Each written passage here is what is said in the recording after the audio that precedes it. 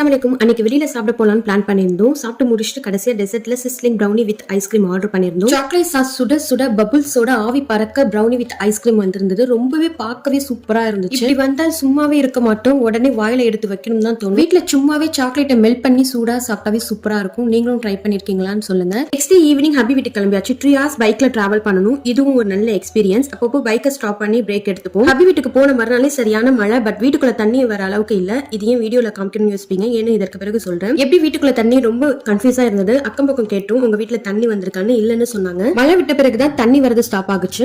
Damper விட்டு check பண்ணணும். மாடியில இருக்கிற ரிலீஸ் வாட்டர் பைப்ல பாட்டில் இருந்தது. மழையில தண்ணி ஃபோர்ஸா போகும்போது பாட்டிலும் அதுக்குள்ள போயிடுச்சு. பாட்டில் இருந்ததால மாடியில வாட்டர் ரிலீஸ் ஆக முடியாம வீட்டுக்குள்ள வந்துருச்சு. சோ எப்பவுமே வீட்டை மட்டும் இல்ல, மாடியும் ரொம்ப கிளீனா வச்சுப்போம். நெக்ஸ்ட் டே லஞ்சுக்கு ஹபி ஊருக்கு போறாங்கன்னு ஹபி கையால பிரியாணி சாப்பிடணும்னு தோணுச்சு. ஹபி பிரியாணி போட்டாவே ரொம்பவே சூப்பரா இருக்கும். அன்னைக்கு ஈவினிங் ஃபேமிலியோட வெளியில கிளம்பியாச்சு. முதல் நாள் வீட்டுக்குள்ள தண்ணி வந்து கஷ்டப்பட்டதுக்கு எல்லாத்தையும் சேர்த்து வச்சு சமையல்